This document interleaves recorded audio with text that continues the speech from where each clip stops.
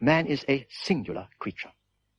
He has a set of gifts which make him unique among the animals, so that, unlike them, he is not a figure in the landscape, he is the shaper of the landscape.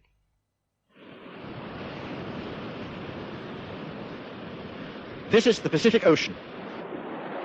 The California Indians used to say that at full moon, the fish came and danced on these beaches. And it's true that there is a local variety of fish, the grunion, that comes up out of the water and lays its eggs above the high tide mark. The females bury themselves tail first in the sand, and the males gyrate or dance around them and fertilize the eggs as they're being laid. The full moon is important because it gives 9 or 10 days between these very high tides and the next ones that will wash the hatched fish out to sea again. Every landscape in the world is full of these exact and beautiful adaptations by which an animal fits into its environment like one cogwheel into another. Millions of years of evolution have shaped the grunion to fit and sit exactly with the tides. But nature, that is evolution, has not fitted man to any specific environment. On the contrary, by comparison with the grunion, he has a rather crude survival kit. And yet, this is the paradox of the human condition, one that fits him to all environments. His imagination, his reason, his emotional subtlety and toughness make it possible for him not to accept the environment, but to change it. And that series of inventions by which man from age to age has remade his environment is a different kind of evolution, not biological, but cultural evolution. I call that brilliant sequence of cultural peaks the Ascent to Man.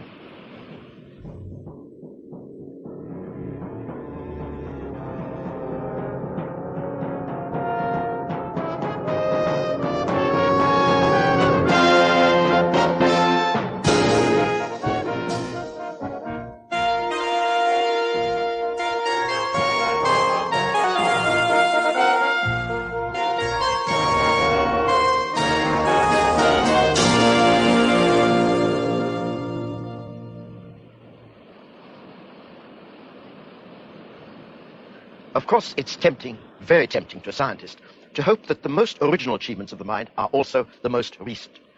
And we do indeed have cause to be proud of some modern work. Think of the unraveling of the code of heredity in the DNA spiral, or the work going forward on the special faculties of the human brain. Think of the philosophic insight that saw into the theory of relativity, or the minute behavior of matter on the atomic scale. Yet human achievement, and science in particular, is not a museum of finished constructions. It's a progress in which the first experiments of the alchemists also have a formative place, and the sophisticated arithmetic that the Mayan astronomers of Central America invented for themselves independently of the old world.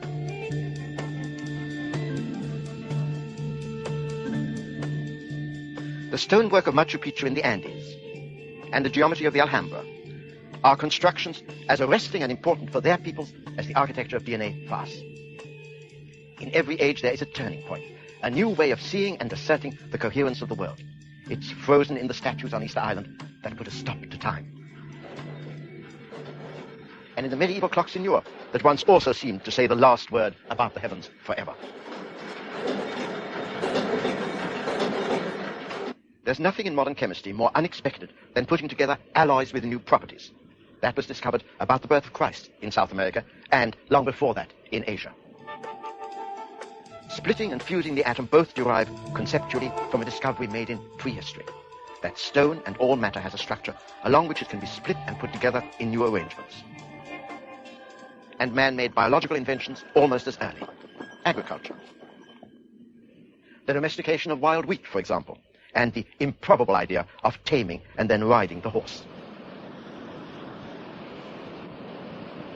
So, these programs or essays are a journey through intellectual history, a personal journey to the high points of man's achievement, what the poet Yeats called monuments of unaging intellect. Where should one begin? With the creation of man himself. Charles Darwin pointed the way. It's almost certain now that man first evolved in Africa near the equator. This is a possible area. The valley of the river Omo in Ethiopia near Lake Rudolph. The ancient stories used to put the creation of man into a golden age and a beautiful, legendary landscape. If I were telling the story of Genesis now, I should be standing in the Garden of Eden. But this is manifestly not the Garden of Eden. And yet I am at the navel of the world, at the birthplace of man, here in the East African Rift Valley near the equator. And if this ever was a Garden of Eden, why, it withered millions of years ago. I've chosen this place because it has a unique structure. In this valley was laid down, over the last 4 million years, layer upon layer of volcanic dust. 4 million years ago, 3 million years ago, over 2 million years ago, somewhat under 2 million years ago. And then the Rift Valley buckled it, so that now it makes a map in time which we see stretching into the distance. These cliffs are the strata on edge. In the foreground, the bottom level, 4 million years old. And beyond that, the next lowest, well over 3 million years old. The remains of a creature like man appear beyond that, and the remains of the animals that lived at the same time.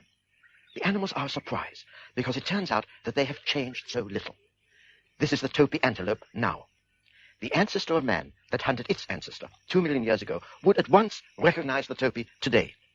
But he would not recognize the hunter today, black or white, as his own descendant.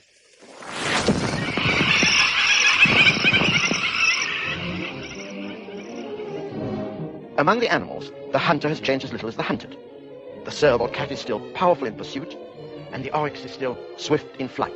Both perpetuate the same relation between their species as they did long ago. Human evolution began when the African climate changed to drought. The lakes shrank, the forest thinned out to savanna. When animals like Grevy's zebra were adapted to the dry savanna, it became a trap in time as well as space. They stayed where they were and much as they were. The most gracefully adapted of all these animals is, surely, Grant's gazelle. Yet that lovely leap never took it out of the savanna.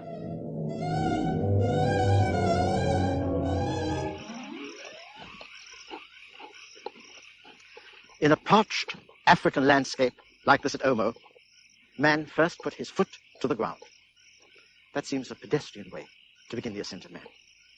And yet it's crucial. 2 million years ago, the first certain ancestor of man walked with a foot which is almost indistinguishable from the foot of modern man. The fact is that when he put his foot on the ground and walked upright, man made a commitment to a new integration of life, and therefore of the limbs. The one to concentrate on, of course, is the head. This is what it looked like just over 2 million years ago. It's a historic skull.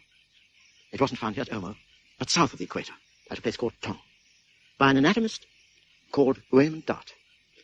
It's a baby, 5 to 6 years old, and the skull has been badly twisted. Yet Dart instantly recognized 2 extraordinary features. One is that the foramen magnum, that's the hole in the skull that the spinal cord comes up through to the brain, is upright, so that this was a child that held its head up. And the other is the teeth. The teeth are always telltale. They're small, they're square. These are still the child's milk teeth. They are not the great fighting canines that the apes have. That means that this was a creature that was going to forage with its hands and not its mouth. That was probably eating meat, raw meat, and almost certainly making tools, pebble tools, stone choppers, to carve it, to hunt. Dart called this creature Australopithecus. It's not a name that I like. It just means southern ape. For me, the little Australopithecus baby has a personal history. In 1950, when its humanity was by no means accepted, I was asked to do a piece of mathematics. Could I combine a measure of the size of the teeth with their shape so as to discriminate it from the teeth of apes?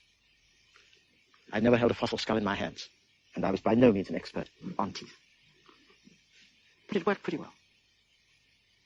And it transmitted to me a sense of excitement which I remember this instance. I, at over 40, having spent a lifetime on doing abstract mathematics about the shapes of things, suddenly saw my knowledge reach back 2 million years and shine a searchlight into the history of man. That was phenomenal. And from that moment, I was totally committed to thinking about what makes man what he is, in the scientific work that I've done since then, the literature that I've written, and in these programs. I don't know how the tongue baby began life, but to me, it still remains the primordial infant from which the whole adventure of man began. The human baby, the human being, is a mosaic of animal and angel. For example, the reflex that makes the baby kick is already there in the womb. Every mother knows that. And it's there in all vertebrates. Here, at 11 months, it urges the baby to crawl. That brings in new movements, and they then lay down and consolidate the pathways in the brain, the cerebellum, that will form a whole repertoire of subtle, complex movements and make them second nature to him. Now the cerebellum is in control. All that the conscious mind has to do is to issue the command. And at 14 months, the command is stand.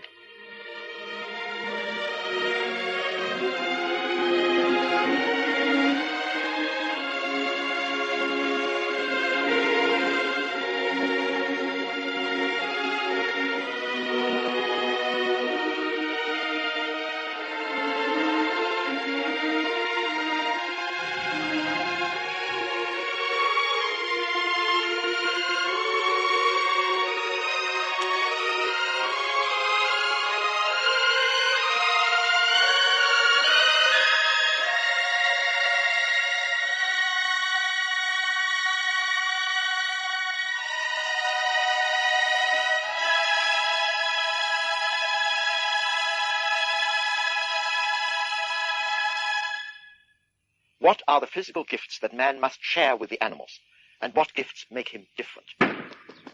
The starting response of the runner is the same as the flight response of the gazelle. He seems all animal in action. The heartbeat goes up. The heart is pumping 5 times as much blood as normal, and 90% of it is for the muscles. He needs 20 gallons of air a minute now to aerate his blood, that shows up as heat in infrared films. The blue or light zones are hottest, the red or dark zones are cooler. The main chemical action is to get energy for the muscles by burning sugar there, but 3/4 of that is lost as heat. At this speed, the chemical burn-up in the muscles is too fast to be complete. The waste products of incomplete burning now foul up the blood. This is what causes fatigue and blocks the muscle action until the blood can be cleaned with fresh oxygen.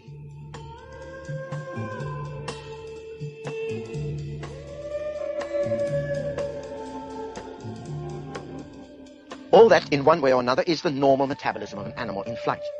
But the runner was not in flight. The shot that set him off was the starter's pistol. And what he was experiencing, deliberately, was not fear but exaltation. The runner is like the child at play. His actions are an adventure in freedom. And the only purpose of this breathless chemistry was to explore the limits of his own strength. There are physical differences between man and the other animals, even between man and the apes. The athlete grasps his pole, for example, with an exact grip that no ape can quite match. Yet, such differences are secondary by comparison with the overriding difference, which is that the athlete is an adult whose behavior is not driven by his immediate environment. In themselves, his actions make no practical sense at all. They are an exercise that is not directed to the present.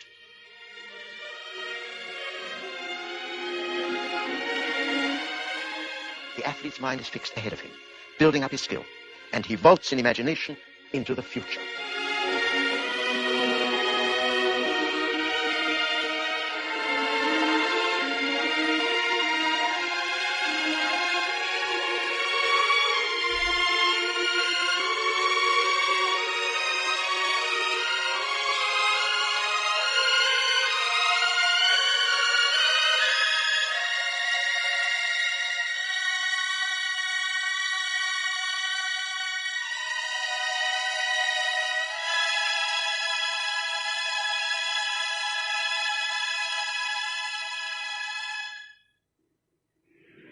The pole vaulter is a capsule of human abilities. The grasp of the hand, the arch of the foot, the muscles of shoulder and pelvis, the pole itself, in which energy is stored and released like a bow firing an arrow. It's the invention of the pole, the concentration of the mind at the moment before leaping, which gives it the stamp of humanity. If I'm to take the Ascent of Man back to its beginnings in the animal, it's the evolution of the head and skull that has to be traced. unhappily, over the 50 million years or so to be talked about, there are only 6 or 7 essentially distinct skulls. So that in order to trace the continuity, I'm putting them on a computer which will lead from one to the next. Begin 50 million years ago with this small tree-dwelling creature, a lemur, whose skull is being turned upside down. You can see the foramen magnum at the back. This is a creature that hung, not held its head on the spine. And it has the essential marks of the primates. That is the family of monkey, ape, and man. From the whole skeleton, we know that it has fingernails, not claws. It has a thumb that can oppose, at least in part, the hand. And it has, in the skull, the 2 features that really mark the beginning of man. The snout is short, the eyes are widely spaced. That means that there has been selection against the sense of smell and in favor of the sense of vision. From that, man begins. In the next 20 million years, the line that leads to the monkeys branches away from the main line to the apes and man. This creature is on the main line 30 million years ago. He's large, yet still lives in the trees. But from now on, the ancestors of the apes and man spend part of their time on the ground. This is 10 million years on, a classical find, proconsul. The brain is markedly larger. The eyes are now fully forward in stereoscopic vision. They tell us how the ape and man line was moving. But alas, this creature is on a branch line, the ape line. The teeth show us that it is an ape, because the way in which the jaw is locked by the big canines is not man-like. It's the change in the teeth that signals the separation of the line that leads to man. This creature is 14 million years old, and we only have pieces of the jaw. But it's clear that the teeth are level and more human. There is now a blank in the fossil record for about 10 million years. Then, perhaps 5 million years ago, we come certainly to the relatives of man. This is a cousin of man, not in the direct line to us, a heavily built Australopithecus who is a vegetarian. The teeth that survive are pitted by the fine grit that he picked up with the roots that he ate. His cousin on the line to man is lighter, visibly so in the jaw, and is probably a meat eater. This is the nearest thing to what used to be called the missing link. Australopithecus from Africa, a grown female. The town child with which I began this program would have grown up to be like this, fully erect, walking, and with a large brain between a pound and a half. That's the size of the brain of a big ape now. But of course, this was a small creature, standing only 4 feet high. Indeed, recent finds by Richard Leakey suggest that by 2 million years ago, the brain was larger even than that. And with that larger brain, the ancestors of man made 2 inventions, for one of which we have visible evidence, and for the other, inferential evidence. First, the visible invention. 2 million years ago, Australopithecus made stone tools like this, where a simple blow has put an edge on the pebble. And for the next million years, man in his further evolution did not change this type of tool. The ancestors of man had a short thumb, so they could only hold this tool in a power grip and use it like that. It's a meat eater's tool. The other invention is social. Skulls and skeletons of Australopithecus that we found, in largish numbers, show that most of them died before they were 20.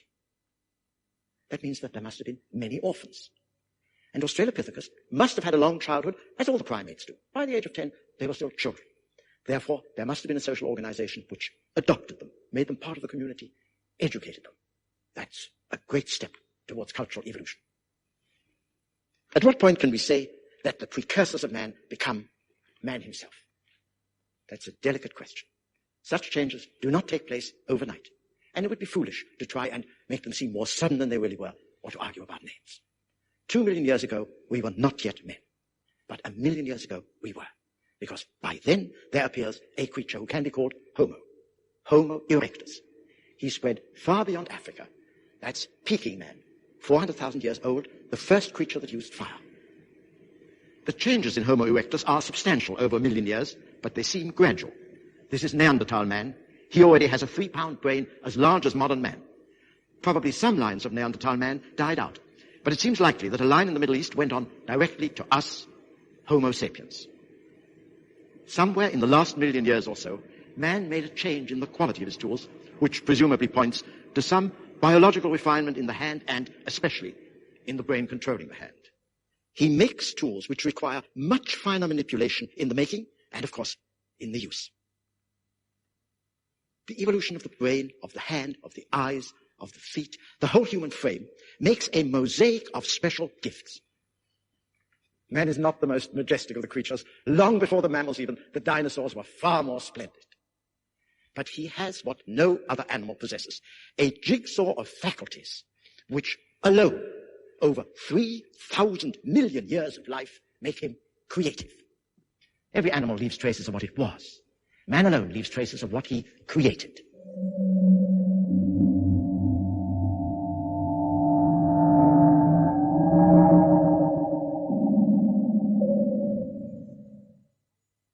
From the ancestral Australopithecus onwards, the family of man ate some meat.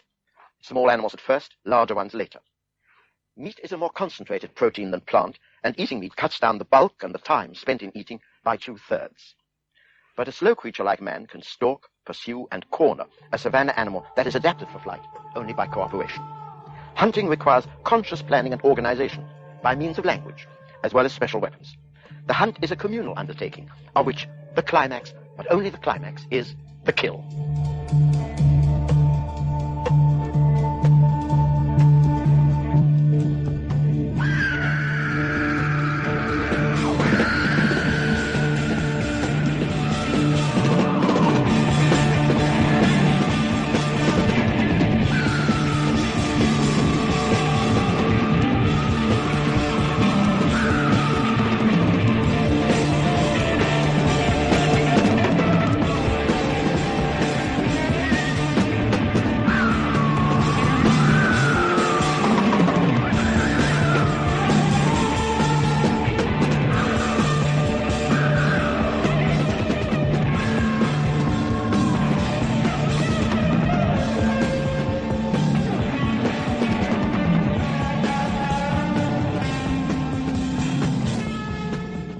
Hunting cannot support a growing population in one place. The limit for the savanna was not more than 2 people to the square mile. At that density, the total land surface of the Earth could only support the present population of California, about 20 millions, and could not support the population of Great Britain. The choice for the hunters was brutal. Starve or move. They moved away over prodigious distances. By 1 million years ago, they were in North Africa. By 700,000 years ago, they were in Java. By 400,000 years ago, they had marched north to China in the east and Europe in the west. These incredible migrations made man from an early time a widely dispersed species, even though his total numbers were quite small, perhaps 1 million. What is even more forbidding is that man moved into the north just when the climate there was turning to ice.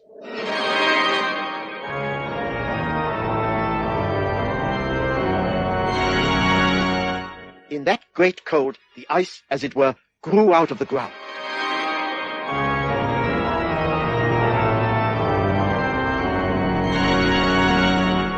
The northern climate had been temperate for immemorial ages, literally for several 100 million years. Yet just when Homo erectus settled in China and northern Europe, a sequence of 3 separate ice ages began. The first was at its fiercest, when Peking man lived in caves 400,000 years ago. It's no surprise to find fire used in those caves for the first time. The ice moved south and retreated 3 times, and the land changed each time. The ice caps at their largest contained so much of the Earth's water that the level of the sea fell 400 feet. In the second ice age, over 200,000 years ago, Neanderthal man with his big brain became important. The cultures of man that we recognize began to form in the most recent ice age, within the last 100,000 years. That is when we find the elaborated tools that point to sophisticated forms of hunting. The spear thrower, for example, and the baton that may be a straightening tool. The fully barbed harpoon, and of course the flint master tools that were needed to make the hunting tools. Man survived the fierce test of the ice ages because he had the flexibility of mind to recognize inventions and turn them into community property.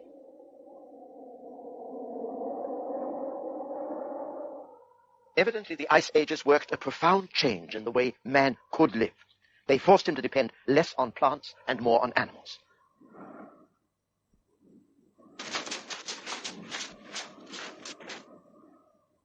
The rigors of hunting on the edge of the ice also changed the strategy of hunting. It became less attractive to stalk single animals, however large. The better alternative was to follow herds of animals and not to lose them, to learn to anticipate and in the end to adopt their habits, including their wandering migrations. This is a peculiar adaptation, the transhuman's mode of life on the move. The only people that still live in this way are the Lapps in the extreme north of Scandinavia, who follow the reindeer as they did during the Ice Age. There are 30,000 people and 300,000 reindeer, and their way of life is coming to an end even now as we watch it.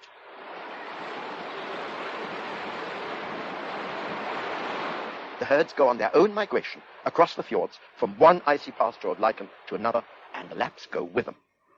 But the Lapps are not herdsmen. They do not control the reindeer.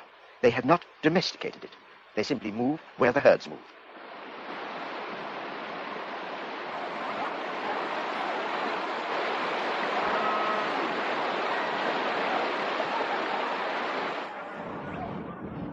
The Lapps have some of the traditional inventions for controlling single animals that other cultures also discovered. For example, they make some males manageable as draft animals by castrating them.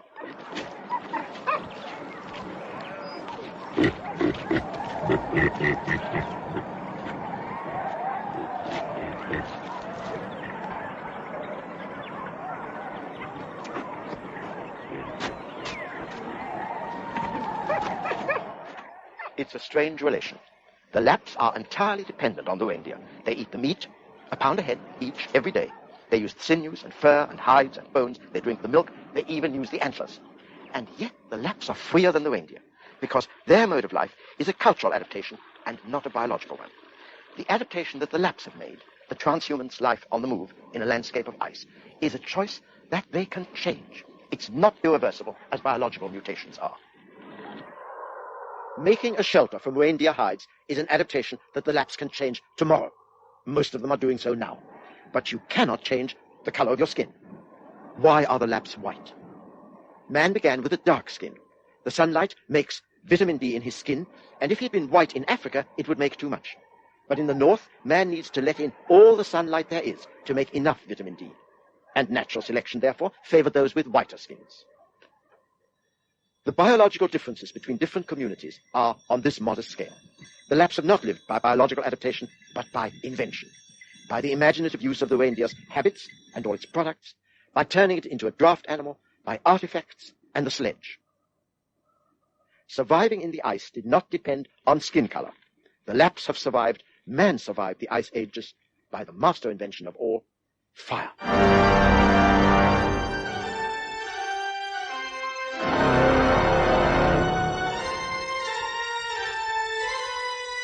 Fire is the symbol of the hearth, and from the time Homo sapiens began to leave the mark of his hand, 30,000 years ago, the hearth was the cave.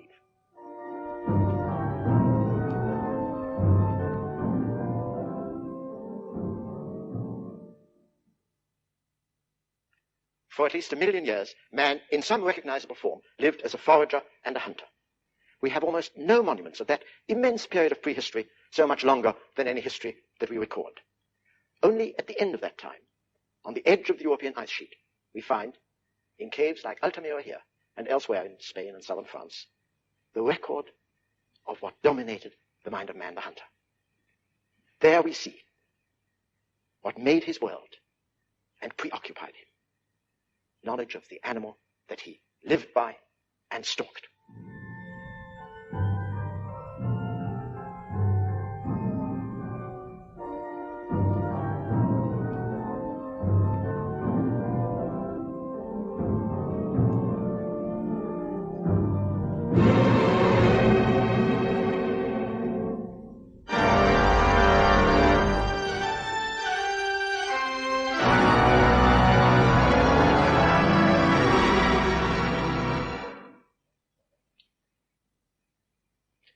And yet when we reflect, what is remarkable is not that there are such few monuments, but that there are any at all. Man is a puny, slow, awkward, unarmed animal. He had to invent a pebble, a flint, a knife, a spear. But why to these scientific inventions, which were essential to his survival, did he from an early time add those arts that now astonish us, decorations with animal shapes? Why, above all, did he come to caves like this, live in them, and then make paintings of animals not where he lived, but in places that were dark, secret, remote, hidden, inaccessible.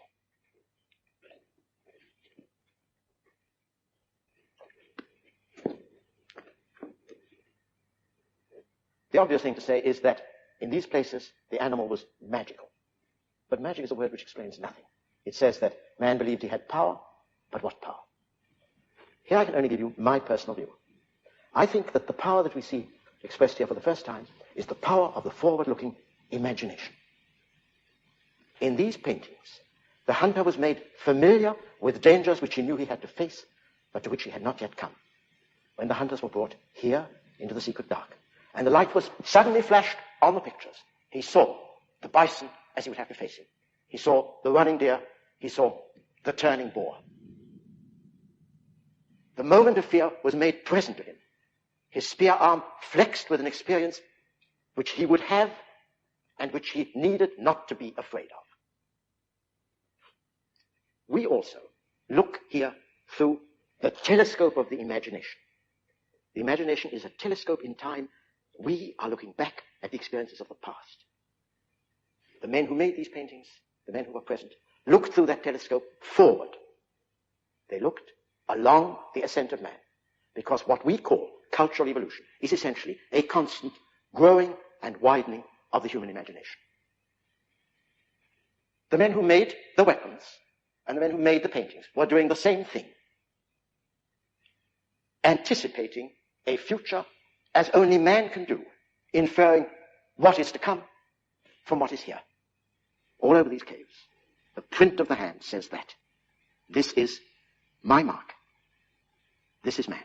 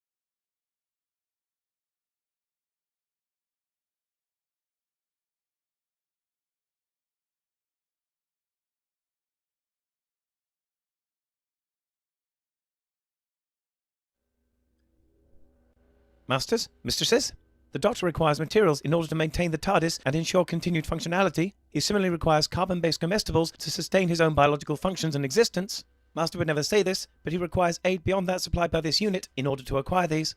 To aid the Doctor in his various tasks and creations, this can be most effectively achieved via Patreon or Substack subscriptions, or through donations directly to PayPal. Or if you desire physical goods in return for your contributions, written accounts of my travels with the Doctor are also available on Amazon. Links are in the description below. Thank you, masters, mistresses.